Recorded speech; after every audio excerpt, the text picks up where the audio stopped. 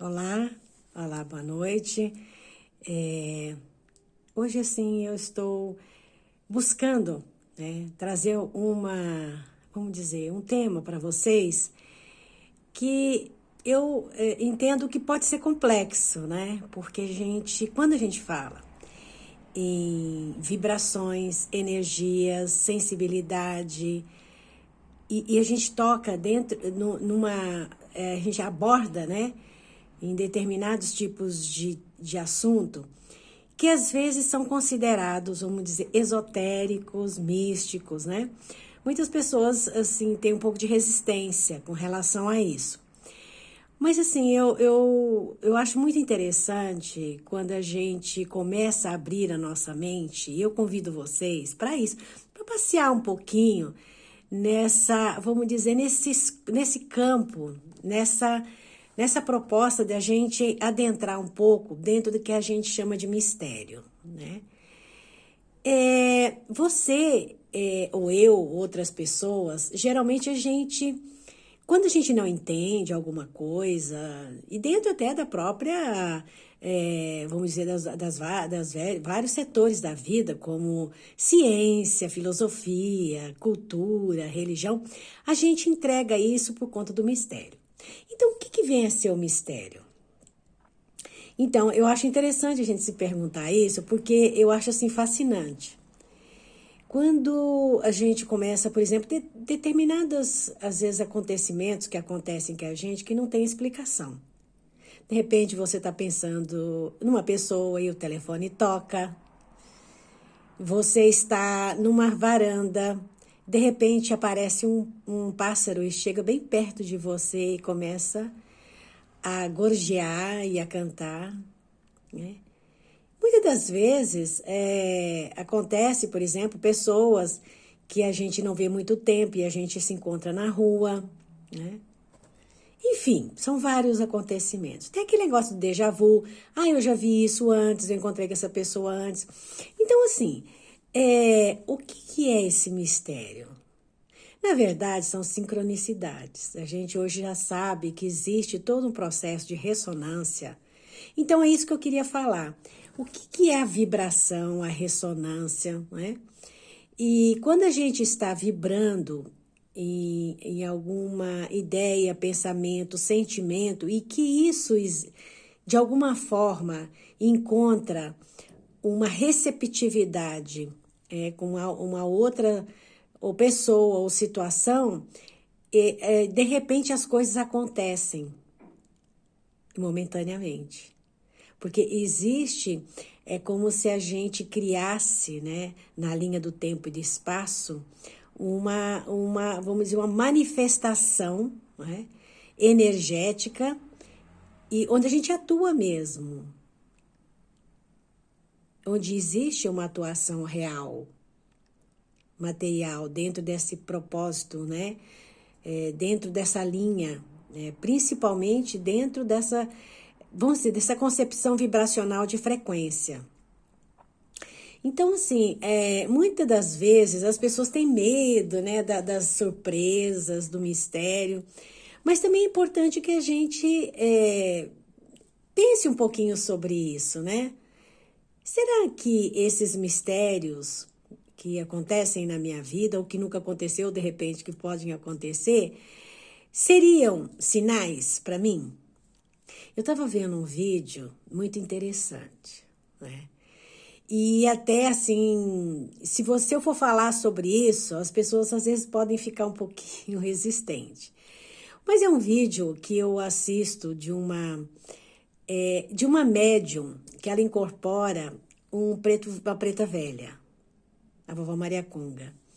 E eu gosto muito, porque nesse vídeo, a médium e ela incorpora, e a vovó Maria Cunga, como uma entidade espiritual, ela faz todo o seu processo de estar, né, trazendo os ensinamentos. E ela, apesar de ser uma preta velha, que viveu na época da senzala, ela tem um conhecimento fantástico.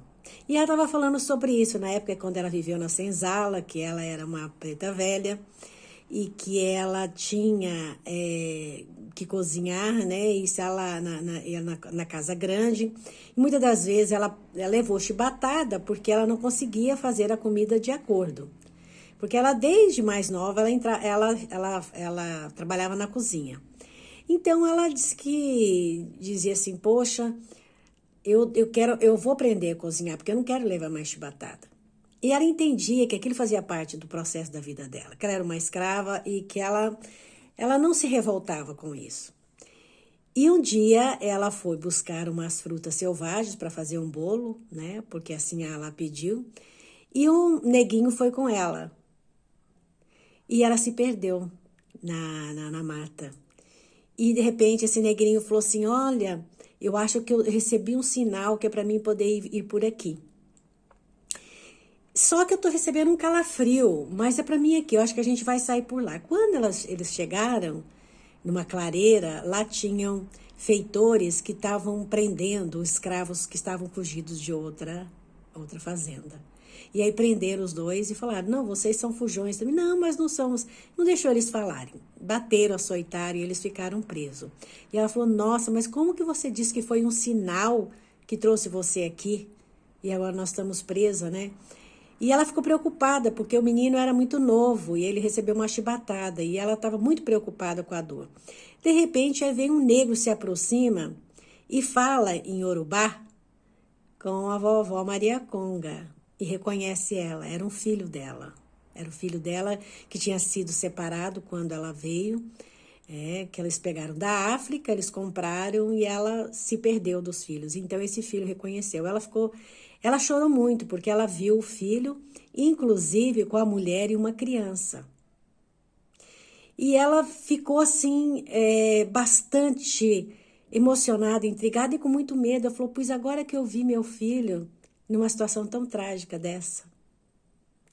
E ela realmente conseguiu, de repente teve o feitor lá da fazenda, descobriu que ela estava demorando e que geralmente ela não atrasava tanto, e esse feitor era um amigo dela. Foi atrás e conseguiu rastrear, chegar até onde ela estava. E esses outros feitores que estavam lá, né, eles tinham saído para buscar mais escravos e os outros estavam todos presos, amarrados, inclusive a Maria Conga. Ele soltou ela e ela pediu, pelo amor de Deus, para soltar o filho. Acabou que ele foi soltando o filho. E a partir disso aí, ela não viu mais o filho, mas ela realmente, e ela falou, me dê um sinal se você vai conseguir se livrar. O filho fugiu. E realmente o feitor, que era amigo dela, falou, olha, tem um lugar aqui que eles estão realmente se escondendo, né? Que é um lugar reservado, que era o Zumbi dos Palmares, que eles falavam, que eram todos os negros que estavam fugidos, iam para lá, eles conseguiam ter essa fortaleza. E aí ela falou, olha, se você conseguir, você me dá um sinal, não sei como. E realmente, passado assim, mais ou menos uns 6 meses, ela teve uma visão com o filho, com a roupa que ele estava quando ele fugiu.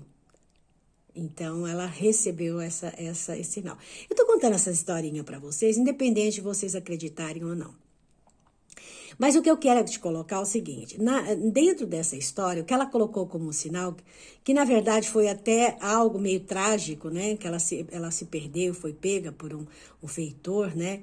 E que começou a judiar, mas ela teve a oportunidade de encontrar o filho dela, que é um paradoxo, né? Então, muitas das vezes na vida aparecem situações que a gente acredita que são situações sinistras, ou que a gente tem algum tipo de sinal e que a gente às vezes fica preocupado, mas aquilo também traz todo um processo de ressonância de experimentos, de experiências que a gente tem que ter. Então, apesar de isso soar um pouquinho esotérico, né? Mas eu acho interessante a gente entrar dentro desses mistérios, né? E começar a entender como que o universo opera. Muitas das vezes a gente tem medo de enfrentar o novo, de sair daquilo que está realmente já mais estagnado, dentro de uma visão, né, muito limitada. E de repente, se a gente se disponibilizar a ter uma outra visão, a ter um outro olhar e se permitir, né, de repente vivenciar algo que pode significar algo bastante, vamos dizer, perigoso, mas ao mesmo tempo pode ser realmente algo que venha trazer um conhecimento, uma experiência diferente. É lógico que a gente não vai sair daí procurando perigos, né? E se metendo em confusão, mas assim, o que eu estou dizendo é que quando a gente tem algo que pode nos proporcionar uma outra experiência, talvez a gente tenha medo de se realmente, de poder realmente conhecer, experienciar. Talvez valha a pena a gente buscar entender o porquê que a gente aconteceu isso, o porquê que apareceu isso na vida da gente. Nada aparece na vida por acaso. É isso aí, gente. Essa historinha eu contei para vocês e de alguma forma não tem nenhuma pretensão. Apenas para que a gente possa entrar um pouco no lúdico, né? Na imaginação e se permitir, né? A ter uma visão um pouco mais expandida e criativa. Tchau, tchau. Boa noite.